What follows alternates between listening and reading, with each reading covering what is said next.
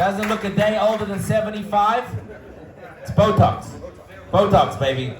Okay, we'd like to welcome everybody here tonight. It's wonderful to see you all. Thank you all for joining us here tonight. Just to reiterate what Anton said, thank you to all the sponsors and everybody for making this a possibility. It is thanks to your kindness that we're able to keep this going. And we would like to thank Mount Sinai, who is our corporate sponsor for the year. Adam is here, thank you very much. Stay alive, everybody, but invest in real estate, never hurts. So the Pope is from Chicago, is that correct? Yeah. Like everything goes. Hey? Like everything works, okay. He's a community organizer. He's been doing this all his life. He's never been a day in the church, but he's a community organizer. So anyhow, just kidding. Okay, so they say the joke that there's a young Israeli guy, Chaim Flickensteinsenhof, and he lives near Hebron. You guys know where Hebron is? Yeah. Hebron is the second holiest city in the world. It is where Abraham lived. It's where King David had his palace before he moved to Jerusalem. It's where Abraham lived. Hebron is the second holiest city in the world, right after Jerusalem. So Chaim grows up over there, and if you know anything about Hebron, it's a bit of a tough neighborhood. You know, the people that live there are peace-loving, heartfelt, UNRWA school graduates that just want to see the best in everybody and just want to see the Middle East flourish. And anyhow, Chaim, in the Hebron, the kids they grow up fighting. Where's Moshe Welby? He can tell you. Volbe, is he somewhere here tonight? Yeah? Yeah, Volbe.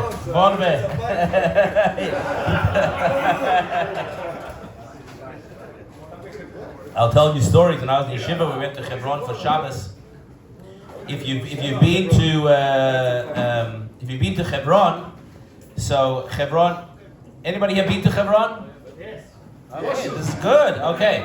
By the way, we're going to do another Mensch Club trip to Israel. Stay tuned for more details. It's coming down the line very soon. So we went to Hebron on the last Mensch Club trip for Shabbos. It was amazing.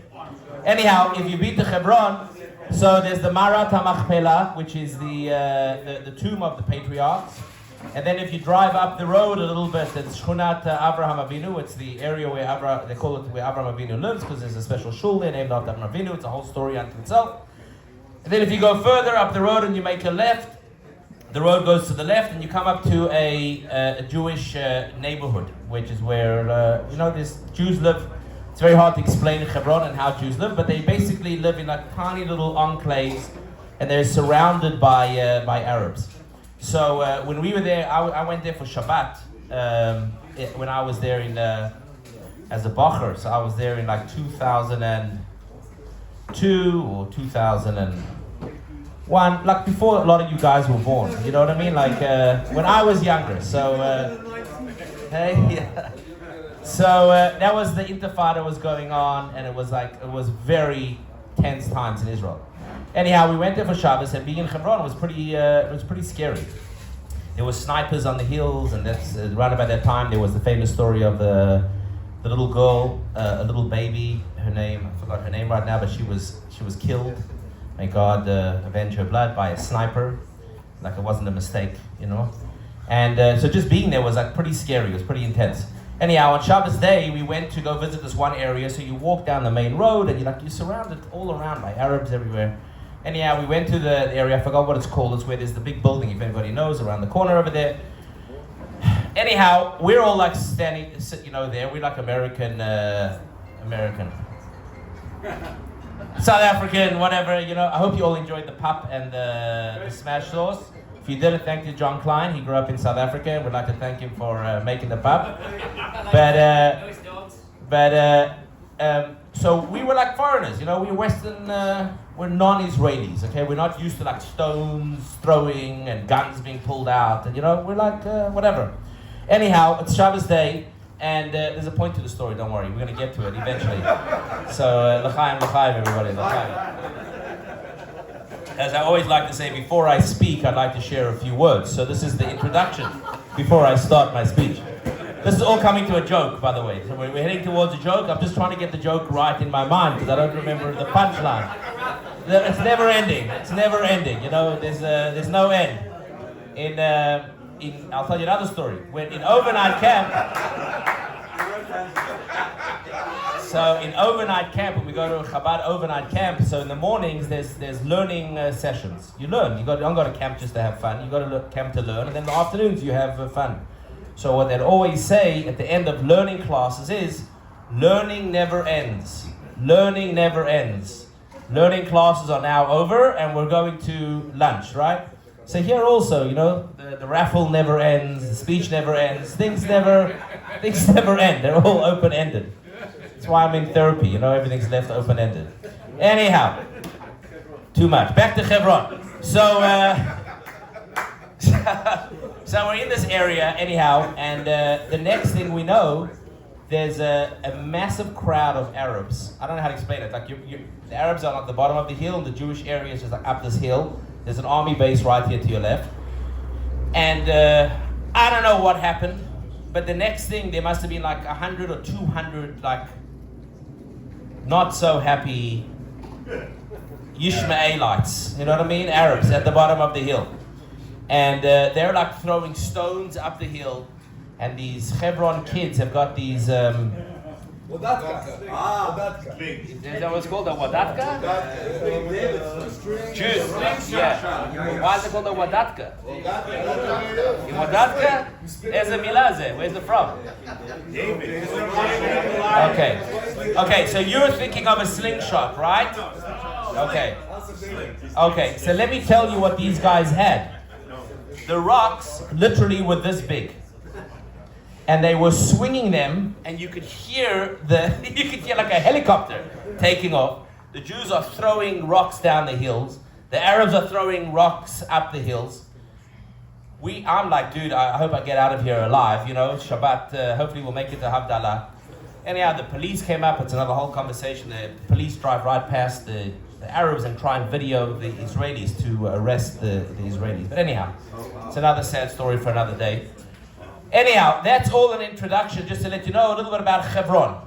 So now I'm going to tell you a joke. L'chaim. Doesn't make sense, the joke, unless you understand the wadatka, or the wadatka. Rogatka. I don't think anybody knows what the real name is. Everyone just says it however they want. Rodatka, vidatka, haidatka, vumaska. Charasho. As long as the rocks are flying, we're okay. Anyhow, so this guy, Chaim Flinkenstein-Hoff, he has a very good arm. He's good with the Vadatka. Anyhow, somebody finds out about it, and the Chicago Bears, right? That's the football team. They find out about it. So they bring him over and they put him up as the quarterback. Anyhow, he has an amazing season. The Bears hasn't happened since 1852. When did the Bears last win the Super Bowl? Did they ever? 1851. 1851? Did they ever? When? 86? 84? Ask Chat. Anything you need to know, ask ChatGPT. Don't sound like you know what you're talking about, just ask ChatGPT. Yeah, exactly. Listen, okay. We're not going to get so political. Anyhow, you can ask Grok or whoever you want to. Gronk. What's Grok. Anyhow. Rodatka. So anyhow, Chaim goes there, he's playing, they get to the postseason. I don't know football very well. Anyhow, they finally get to the Super Bowl. And the Chicago Bears win the Super Bowl. It's 1986, whatever, 1985, 1843, I don't know, whenever it was. This is when Chicago was a great city. So anyhow, the day he finishes, he wins, and he calls his mom. He says, "Mom," he says, "I've got some fantastic news to tell you. She says, what is it? He says, Mom, we won the Super Bowl. She says, you called to tell me you won the Super Bowl? Let me tell you what's going on in my life. Anybody can relate? Tell you another joke about a Jewish mother, but that's for another day. Another joke about the Jewish mother. They're sitting in Miami and they're arguing about, whose son loves them the more. So the one lady says, my son loves me the most. How do you know? My son just sold his company. He bought me a beautiful apartment in the Porsche building. Is that what it's called in Miami? Who's sophisticated here? Knows Miami? Whatever. I'm not. I just heard about it. I just know enough to sound sophisticated. Anyhow, he bought me the penthouse in the Porsche building. He bought me a boat. He bought me a new car. My son loves me. The other lady says, that's nothing. What do you mean? She says, my son's a big hedge fund manager. He lives in Manhattan. And he goes to a therapist every week, 3 times a week. And he pays $1,500 per session. And this was before COVID. Now it's about $7,000 a session for this Manhattan therapist. She says, and he talks to him all day long for 25 years. And all he talks to the therapist about is me. My son loves me much more than your son. So back to this story. So he calls his mother and he says, thought I forgot. That was a good joke. Why aren't you laughing? Like I said, I think everyone's like, ow, that hurts. You know what I mean? That resonates. Not me. I got the best mom. But anyhow, so he calls his mom. He says, I just won the Super Bowl. His mom says, let me tell you about me. Yesterday, I walked out of my house and I almost got attacked by a mob. The day before, there were people driving past the house. There was a drive-by shooting. Somebody got shot. The day before that, a little girl was walking out and she almost got stoned. She says, Mom, that's terrible. She says, I will never forgive you for making me move to Chicago.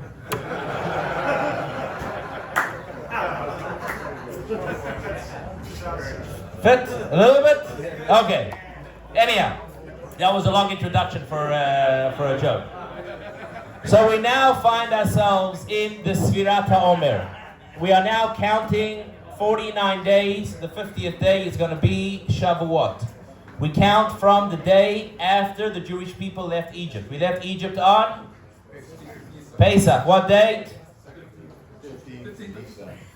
Kenneth, you were listening in Hebrew school. Very good. Al Yaakov Hanoich. Give the man a beer. On the 15th of Nisan, from the 16th day of Nisan, the second night of Pesach, we start counting 49 days until Shavuot. Why do we count 49 days until Shavuot? Anybody knows? We don't know the date otherwise. We don't know the date otherwise. Why do we count 49 days? Because God said so. That's why. The Torah says, for the day after you leave Egypt, you should count Shiva Shavuot, 7 weeks. And also, that's what happened. And then we celebrate Shavuot. The Jewish people left Egypt. They counted 49 days. They came to Mount Sinai 3 days. So on the 46th day or 47th day, can't figure out right now. They camped at Sinai. And on the 50th day, God gave the Jewish people the Torah. The birth of the Jewish people was at Sinai. Not when the Jewish people crossed over the Jordan into Israel. Very important idea here. Joshua helped the Jewish people cross over the Jordan. How many years later? 40 years later. That was not the birth of the Jewish people when we went into Israel and began the conquering process. Who knows how long it took the Jewish people to conquer Israel? 14 days, months, years. Try again. How long? We're not carrying on until you tell me. Somebody asked ChatGPT. About 500 years it took for the Jewish people to fully conquer the land of Israel. Okay? Until they conquered Jerusalem, that's correct. Until King David conquers the land of Jerusalem, it's about 500 years until they build the temple in Jerusalem. It took a very, very long time. So, sorry guys. I hear the wadatkas in the background. Wadatka. If you're not careful, Moshe, we're going to send you to Bethlehem by yourself with no Radatka. So, the Jewish people takes about 500 years. We don't consider the birth of the Jewish people when we went into Israel. We consider the birth of the Jewish people when God gave us Torah. What is so significant about that? This is a very deep idea, especially today around Israel and about Jewish people and Jewish identity. Jewish identity is based off of Torah and mitzvahs, not off of only being connected to Israel. You have to educate your children and your grandchildren to know about a mezuzah, to know about Shabbos, to know about kosher, to know about shul, to know about charity, to know about tefillin, to know about lighting candles, and of course they're connected to Israel because Israel is the place where the Jewish people live. We built the temple. It's the land that God gave us. But what defines us as a nation? What makes the Jewish people into who we are? We're awesome. We are awesome. That's for sure. But we are a religion. We're a religion. We're not a nation. We're a religion. That's why you have Jews of all kinds of stripes and colors, and some Jews that like, I don't know, spicy Moroccan fish. Some Jews that like pap and burvos. Some Jews that like schmaltz herring. Some Jews that like tuna, gefilte fish, and whatever, everything, tadi, a little tadi.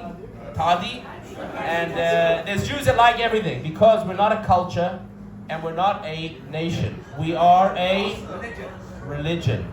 We are a religion. What makes us awesome, what makes us amazing, this is a very important point, everybody. This is a very powerful point.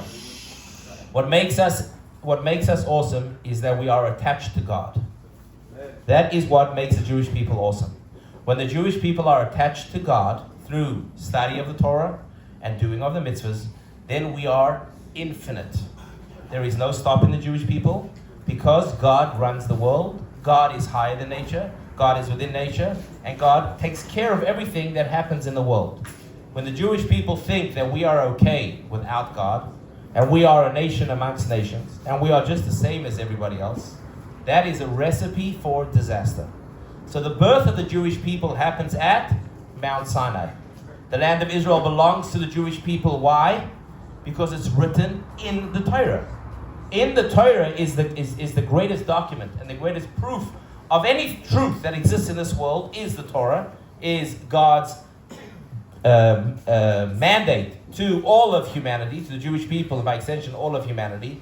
And in the Torah it says that God gave the Jewish people the land of Israel. Not because the UN gave it to us, not because of the Balfour Declaration, not because of San Remo, not because of whatever. Those are all true. But the Israel belongs to us both legally and theologically and morally and everything. Those are all nice. Those are all limited because those are all made up by man. And man can change his morals. Man can change his logic. Man can change what's right. The UN is a house of lies, and the UN changes itself every whatever the nations over there want to vote. There's one thing that never changes, and that is at Men's Club we will have a raffle. Okay. And that is that God, the Torah never changes. Torah doesn't change. That's why the commandments don't change. That's why when you go to a shul, and you should use a prayer book that doesn't change. You should go to a shul that follows the same tradition that has always been followed. Why? Because this is truth that's been given for thousands of years. We don't change. We don't change. You know why? Because we didn't write the Constitution. We didn't write the Torah. We can't change the Torah. If anybody comes along and says they want to change the Torah, it states clearly in the Torah that that person is a false prophet. You can't follow them. The Torah is given to us by God. So Mount Sinai was the birth of the Jewish people, the birth of spirituality, and the birth of the vision for the entire world. The whole world is all about this one moment where God speaks to the Jewish people, and then by extension, through the Jewish people, God speaks to all of humanity, and God sets forward what is moral, what is correct, what is true, and how the world is supposed to run. So we count towards the giving of the Torah. Now, it's interesting, in English, generally when we say you're counting towards something, if you say, let's say you're going on vacation in 30 days, what do you say? I'm counting? Down. Counting down. 29 sleeps. I'm counting down towards my vacation. In the Sefirat Haomer, how do we count? It says the first night, second night, third night, fourth night. We are counting up. Because the whole purpose of the Sefirat Haomer was that the Jewish people are leaving Egypt and they're going towards Mount Sinai. They are leaving slavery and they're going towards freedom, like Braveheart. Even though Mel Gibson is a schmuck. But besides for that, that we are counting up. Why? Because we're leaving slavery and we're going towards freedom. Now, when the Jewish people left Egypt, okay, if you look at the story, the Jewish people leave Egypt, they go away. 7 days later, they get caught by the Egyptians at the Red Sea, Sea of Reeds, call it whatever you want, the Yam Suf. Over there, God makes a miracle. Moses splits the sea, the Jews walk in, the Jews come out, the Egyptians all get killed. Finished. Why do we still need another 42 days to get the Torah? Why can't we just leave Egypt and get the Torah? That was the whole purpose of leaving. Why this whole 49-day process?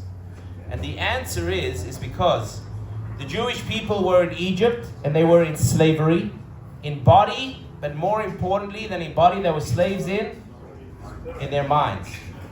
They saw themselves as slaves. The Jewish people were in Egypt for a total of 210 years, and of that, 80 plus years of that was in intense slavery. So everybody that was born into slavery.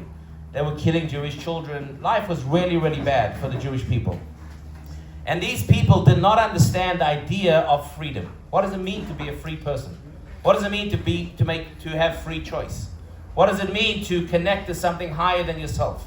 What does it mean that I'm not limited by the world down here and the circumstances of my life? What does it mean that I can transcend all of the limitations, all of the challenges, and all the problems that I have? They didn't understand that idea. They were born into slavery. They were slaves. They thought they would always be slaves. Came along the Sefirat Haomer, the counting of the 49 days, because God said, I can't make you free.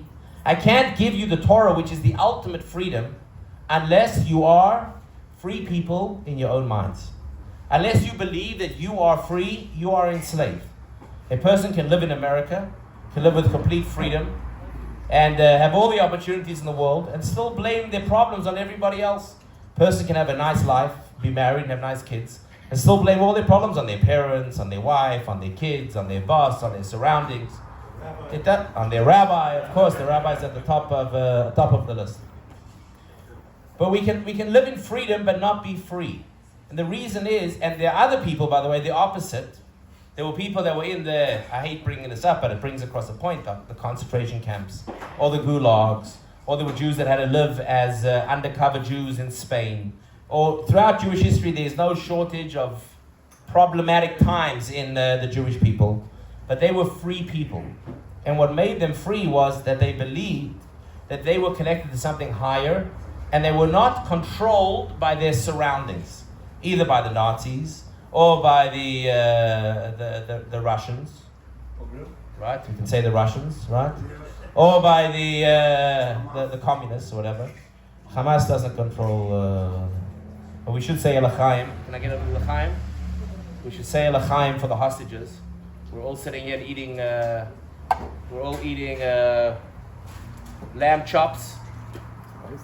Yeah, just a little bit L'chaim.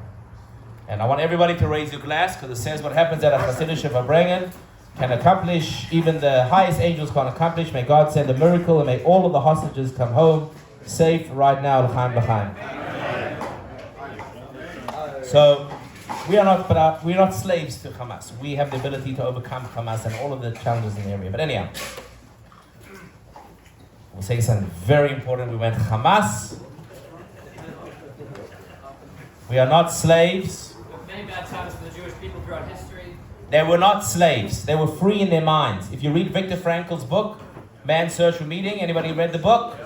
If you haven't read the book, buy the book. If you own the book, read the book again. This is a book you keep next to your bed and you read over and over and over. He speaks about that they can never take away your freedom. They can never take away your sense of that I don't belong to you. I belong to something higher than you. And in order to get there, it's a process. Like everything in life is a process. If you want to solve all your problems in 1 second, then you need to take, what's that medicine we're all taking to lose weight? What's it called? Ozempic. Other than Ozempic and Tylenol, nothing's going to solve your problems immediately, right? Even Ozempic takes time, right? But anyhow, nothing in life changes overnight.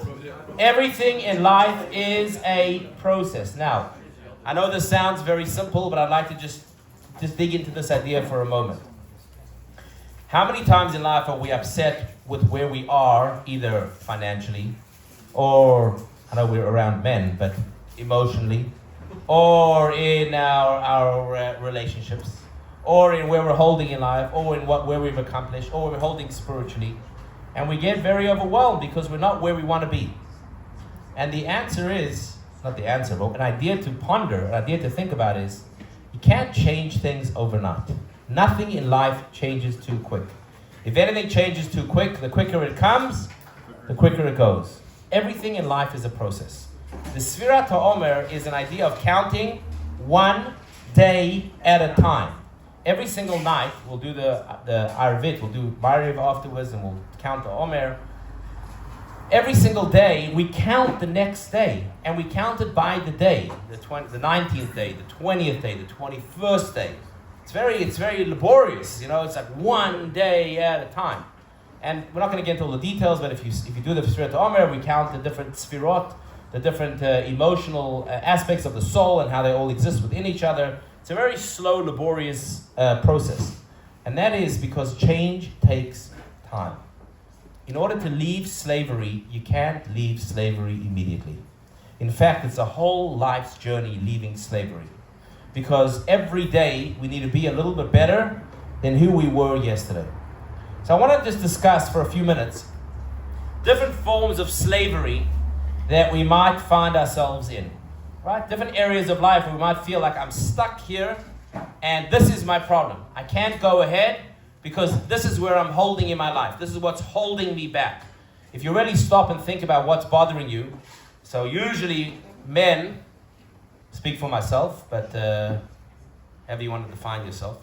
But men generally, when we have a problem, we become very goal-oriented, right? You want to fix the problem. You want to fix it, and if I fix this problem, then everything will be okay.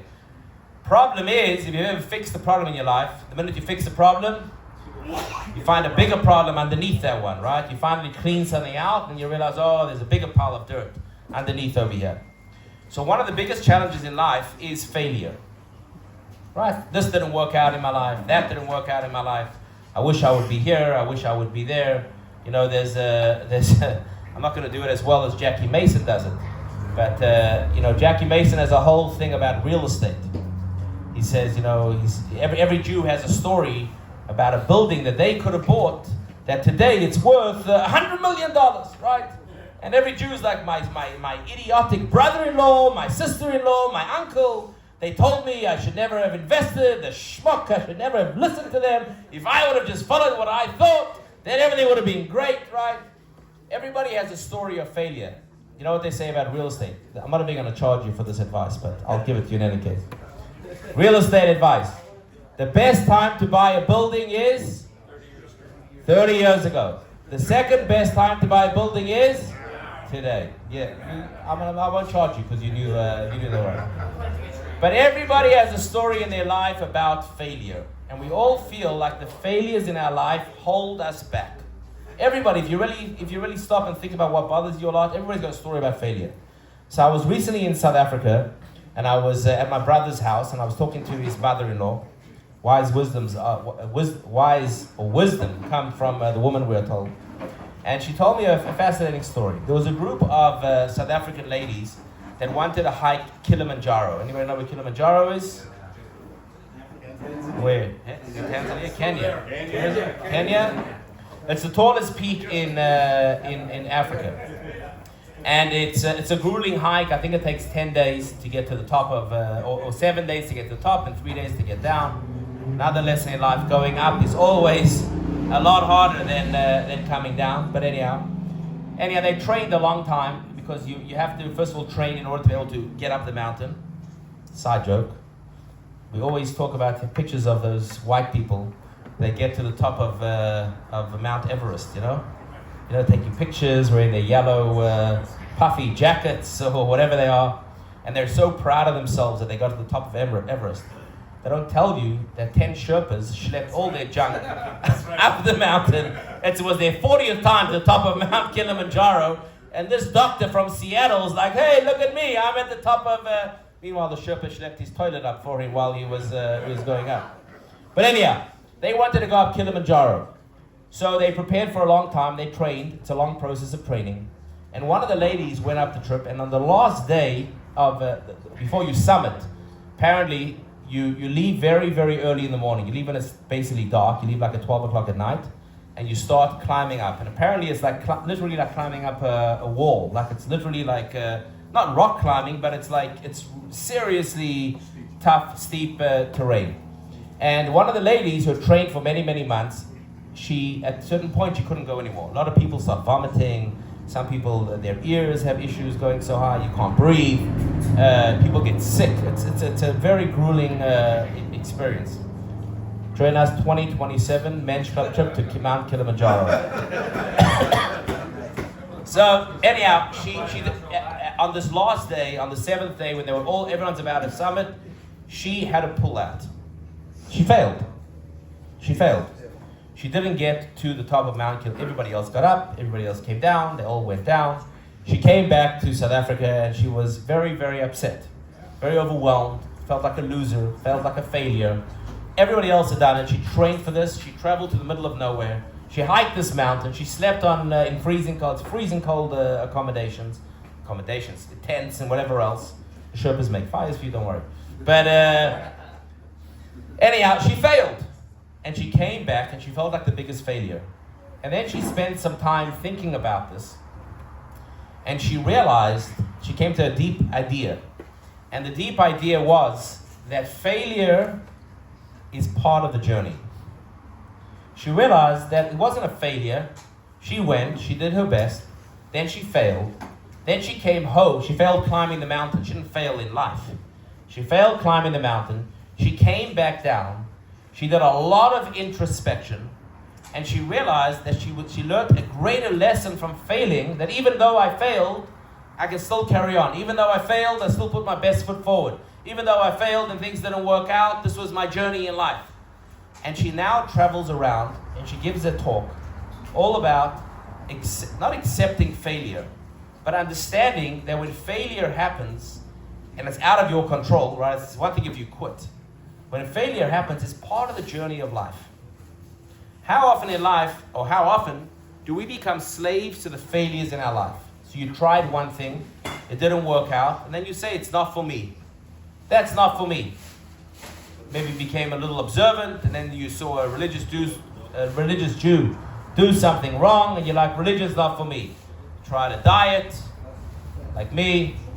You know, I keep trying. I'm a serial trier. Anybody plays rugby here? I score a lot of tries in rugby.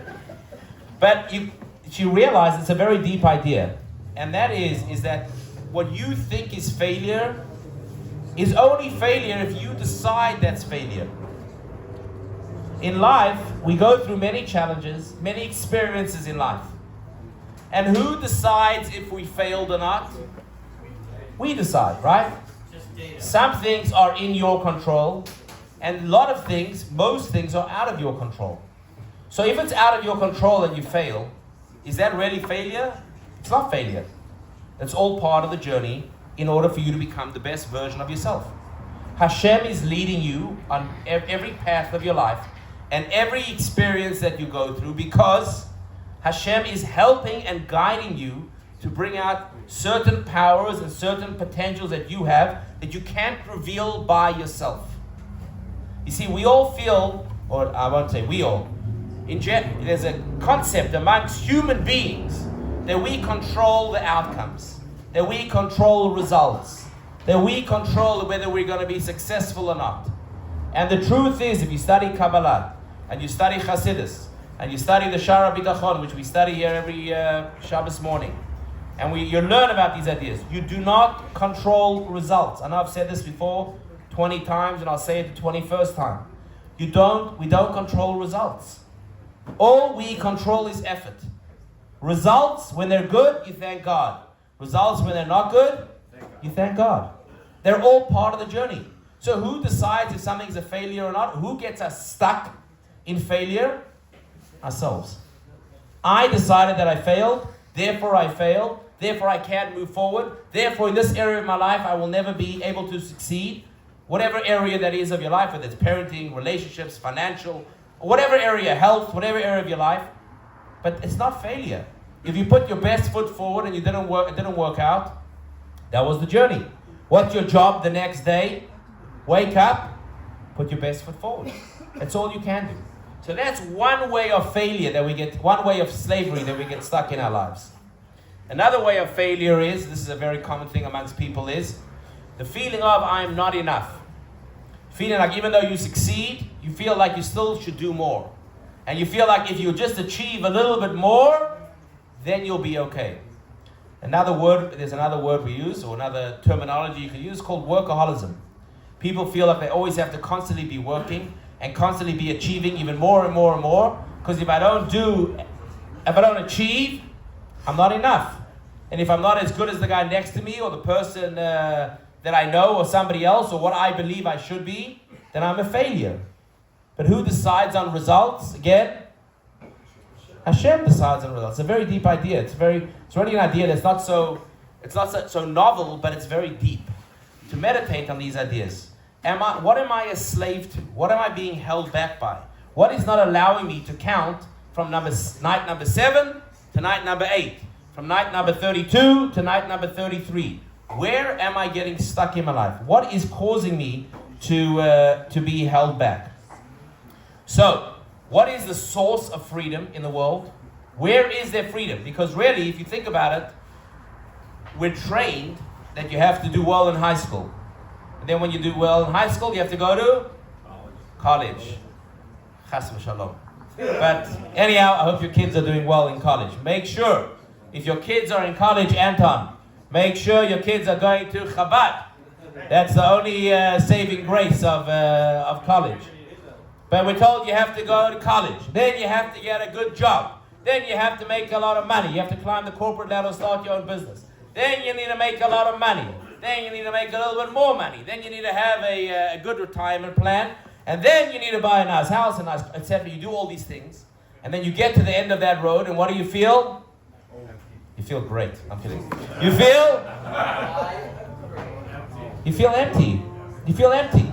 Because you always need to be achieving more. There's actually part of the human being there's a biological part of the human being that we always need to be accomplishing something new every single day. We need to be learning new things, doing new things, accomplishing new things.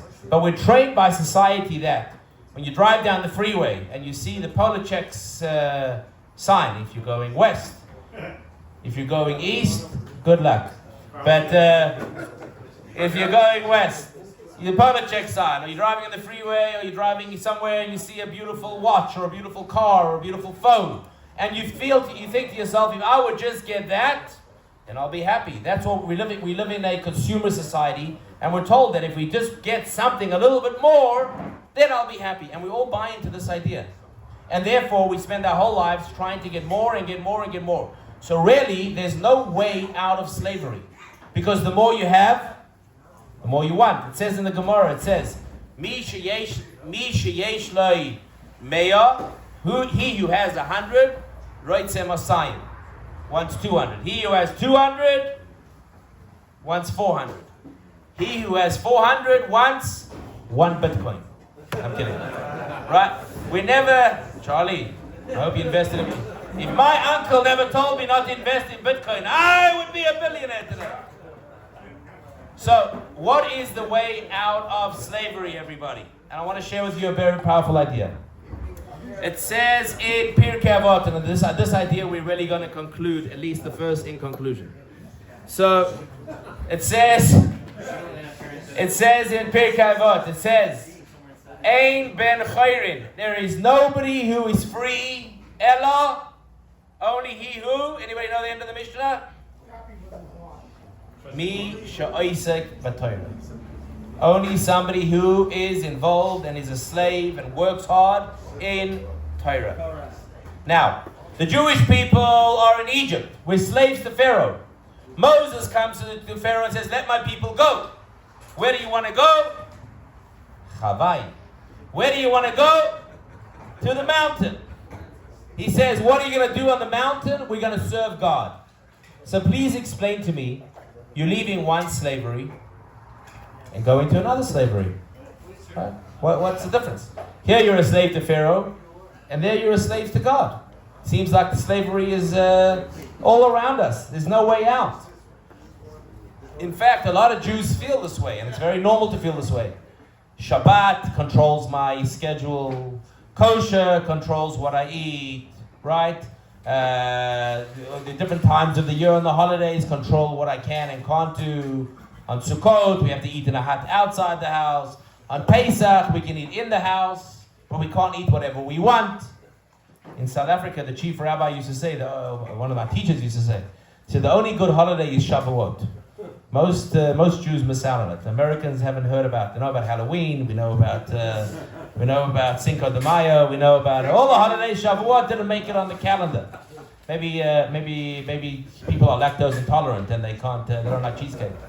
But he used to say that Shavuot is the only holiday you can eat what you want, where you want. Right? You can eat it inside and eat whatever you want. How is it that we're free if we're slaves to God? So many rules in the Torah. We have 613 commandments. Did you know that there's a commandment or a halacha that you're supposed to put on your right shoe and then put on your left shoe, then tie your left shoe, and then tie your right shoe? That's why I wear Uggs every day. There's laws. There's laws about how to get dressed in the morning. There's laws about everything. Now you would say, that's ridiculous. That's way too overbearing, God. Like, give the man a break over here. Let me just be free. So I'm here to tell you a very powerful idea. And it says like this. Ein ben chayrin. There is nobody who is free. Only he who works and slaves in the world of the Torah. Why? Why is that so? Anybody have any ideas? No? Silence? Nobody heard the question? No one's focusing? Everyone's sleeping? The lamb's kicking in? The digestive system's working? Where am I? Is the rabbi talking?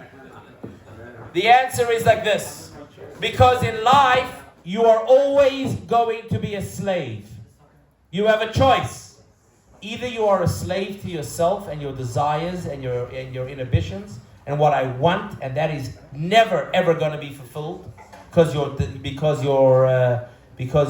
desires have no end in sight, or you're going to be slave to a higher purpose. To a higher purpose, to something that transcends the me, the I, and my ego. That is your choice in life. There's no such thing as freedom in this world. We are Adam le'amal yulad. Man was created to work. Either you're going to work and chase your ego and meaningless goals, another vacation, another fancy watch, another trip, another this, another that. Okay, do it. Good luck. Knock your socks off. In fact, I always like to mention this, that we're very blessed to live in a city where you can see this idea in clear sight. We live in Los Angeles, and if you ever take the 101 south, right? East, south, and you go to the land of the homeless, otherwise known as Los Angeles, you will find a city called Hollywood. And in Hollywood, you will find the prettiest people. At least they look, after a little Photoshop and everything else, it all looks good. And a little surgery and everything else that goes along with it. You'll find the prettiest, best looking people in the world, which is what people are searching for. Everybody wants to look good, right? That's why Ozempic is like the greatest thing that ever happened. Everybody wants to look good because we think if we look good, then we'll feel good. Not true necessarily. If that's your only goal, it's part of feeling good, but it's not the end, be all and end all. If I will be famous, if people will know me, if I'll be well known, if I'll be respected, then I'll be happy. Anybody, every kid's like, how and today everybody, what's the thing that millennials say? I want to make a difference. Well, if you ask a millennial, what do you want to do? They're like, I want to make they want to make a difference. They all believe they're going to change the world. Everyone's going to know their name, and they're going to change the world. There's people search for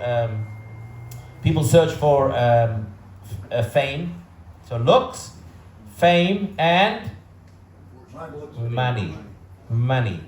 Everybody drinks the Kool-Aid. Everybody, it's what we're raised on. And every human is born this way. If I'll be rich enough, then I'll be happy. You go to Hollywood, it's very unusual to find all three. Super good looking, super famous, and super rich. And what do you find? The least happiest people on planet Earth. Everyone's divorced, everyone's on drugs, people are dying young, their lives are a disaster. Why is that? You would think you would find the happiest people on planet Earth in Hollywood, yet you don't. Why? Because they are a slave to their desires. You can't break free from it. So what's your other option? You could serve a higher purpose. And what's interesting in life is that it's counterintuitive. You think the more I look after myself, the happier I'll be. But actually in life, the more I live for a higher power, not focusing on the me, but what am I sent here for, the happier I'll be. The more I realize that I'm here for a greater purpose, my life has purpose and meaning, the happier you'll be. If you read Viktor Frankl's book, Man's Search for Meaning, that was his whole new thesis, which was mind-shattering to all of the psychological community, that everybody thought he was a crazy man because Freud said everything is about ego, me, and I. That's a driving force in the human being. There's nothing more than that. We are not slaves to our desires. Torah and mitzvahs tell us that we are here for a higher purpose. When you come into your house and you kiss the mezuzah, you know why you do that? Or you touch the mezuzah? To remind yourself, this is not a regular home. This is a house of God. Interesting idea. The mezuzah is put at an angle. Anybody know that? Mezuzah is at an angle, right? Anybody know why the mezuzah is at an angle? Yeah. Because when you're lying down and when you're standing up. Okay, that's a good one. Make America great. I like that, Mr. Reagan. This is good. I like it. The reason is because there's two opinions. One opinion says the mezuzah is supposed to be like this. And one opinion says the mezuzah is supposed to be like that. So they came to a pshara. They came to a compromise and put it at an angle. If you want to have a happy home has to have compromise. But that's one idea. You kiss the mezuzah. Why did God make a commandment that you kiss the mezuzah? Because a home is a holy place. It's not about me and I and my desires and I'm going to feel good and it's all my happy space and my safe space. A home is a place where I serve God, I serve a higher power, where I celebrate Shabbat, where I have Jewish books, where I pray, where we light Shabbat candles, where I allow my wife to have an opinion sometimes I don't agree with, where I understand my kids and I give in to my ego and I don't just overwhelm myself or overwhelm the people around me. The mezuzah is to remind us I'm here to serve a higher power. We put on tefillin every day. Put on tefillin, one on the arm, one on the head. Why? To connect our minds and our hearts. Don't respond to things emotionally. And don't be only hyper-focused on your mind. Everything has to make sense. There's a connection between the heart and the mind. How do I get to a deep place of connection between heart and mind? When I understand that God runs the world. There's two. If God doesn't run the world, we either fall into apathy, tremendous emotion, or we fall into intellect, which is I want to fix all the problems. But if I'm able to come to an understanding to say that God runs the world, and there's a purpose and meaning to every single aspect of my life, then I can accept the things that I don't like. I can experience them emotionally, but I don't have to give up hope on life and feel like a loser and a failure because I didn't create the environment and I didn't create the circumstances of my life. When a Jew is connected to Torah and to mitzvahs, the Jew is able to transcend nature. We're not limited by the world down here. We are connected to something far greater. Torah and mitzvahs and Hashem is the infinite connection that we have. Now this is experiential, everybody. If this is making sense to you, that's great. But if you want to really gain the benefits from this, you have to experience it. When a Jew puts on tefillin, you feel something different. A house that has a kosher mezuzah, if you need your mezuzahs checked, make sure you have kosher scrolls, let me know, we'll help you get them checked, is a different kind of a home. A house that celebrates Shabbat is a different kind of a home. A house that has Jewish books in is a different home. A Jew that studies Torah every day, especially if you study earlier in the morning, before you allow all the overwhelm of the day to get in your head, you see the world differently. Because you're not stuck down here by the problems and the issues and the ego and all of the problems that we have down here. Now, will Torah take away all my problems? No. But will it make the journey easier? 100%. Just like losing weight, you can't lose all the weight overnight. You can't go running on a treadmill and then say, I'm done with exercise, what's next? You have to go back and back and back again. But the more you work out, the better you get. The more you study, the more you connect to God and the Torah, the less overwhelmed you become by life. So we start off over here, this is complete overwhelm. And this is complete freedom over here, or at least freedom means acceptance. I'm okay. Life is okay. Maybe things aren't going exactly as I want them to go, but it's okay. Life is okay. There is a higher power. The more we connect to God, and the more we are slaves to God. And the reason why I say the word slave sounds bad, right? Nobody wants to be a slave. But when we say a slave, no, I want to say the word slave. And that is because you need to make your ego a slave to God. The part of you that is always pulling you in the wrong direction. The part of you that's telling you you're not enough. You're in the wrong place. You're in the wrong relationship. You're in the wrong job. You could do more. You're a loser. Why did you mess up? Why didn't you do this 30 years ago? Why didn't you make that decision? That part of you is your ego. He's not your friend. He's your ego. He's a part of you. You need to tell that part of you, thank you for coming, but you are a slave to God. I am a slave to God. I don't choose where I live. I don't choose where I live. God sends me to where I live. I don't choose my financial success. God chooses my financial success. I don't choose my health.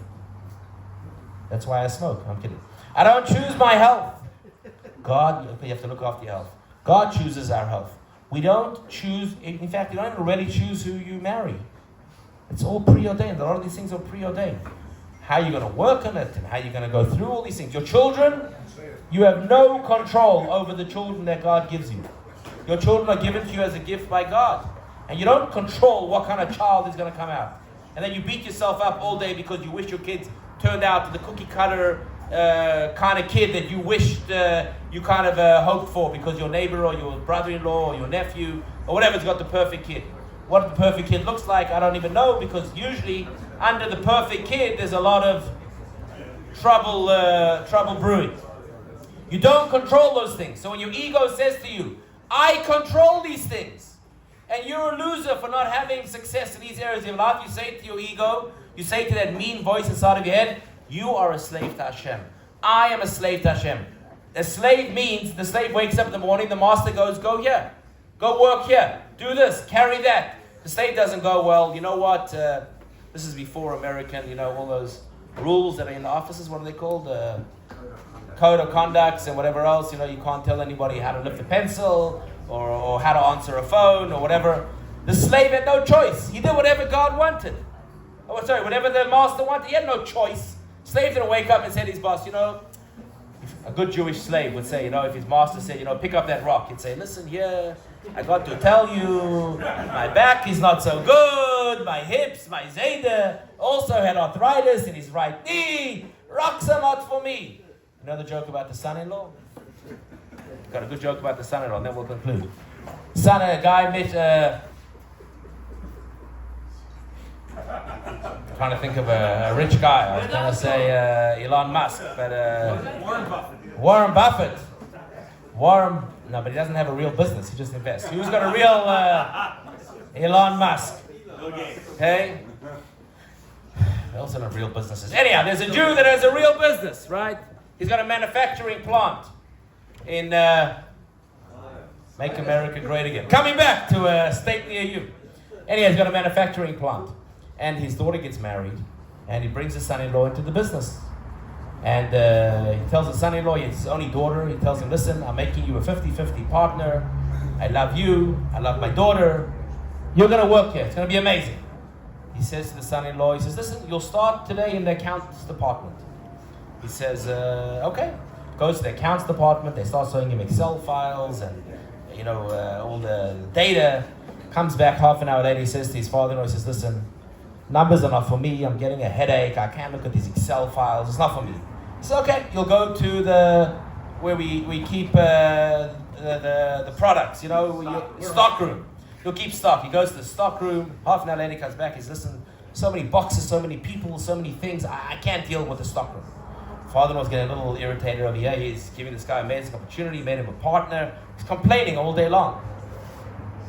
Jewish son-in-law. So he says, okay, you'll go to the manufacturing part. Comes half an hour later, he comes back from the manufacturing. He said, it smells, I'm getting a headache, I can't handle the oil, I can't handle the noise. It's ridiculous. Finally, the father-in-law says, listen, I don't know what to do with you. He says, I sent you to the accounting department, you told me you get headaches. I sent you to the stock room, you can't handle it. I sent you to the manufacturing, you tell me you got a headache. What should I do with you? It's very simple. Buy me out.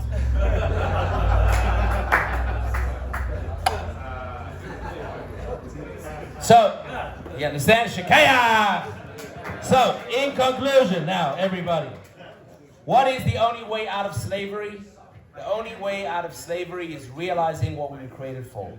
The only way out of slavery is not to give into your ego, into your I, into the part of you that tells you you need more, you must do more, you're not good enough, etc. Where are you good enough? When you understand that every area and every aspect of your life is controlled by Hashem.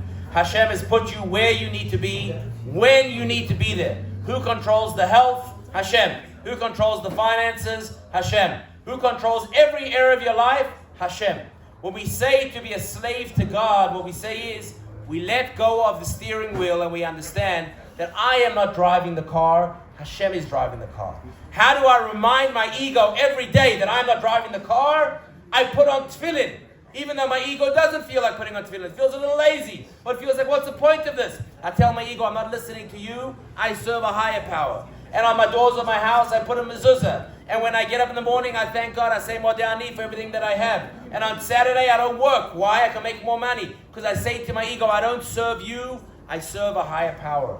The only way out of slavery is slowly, and the only way to get to where you want to go is acceptance of Hashem, of Torah, of mitzvahs, of a higher power.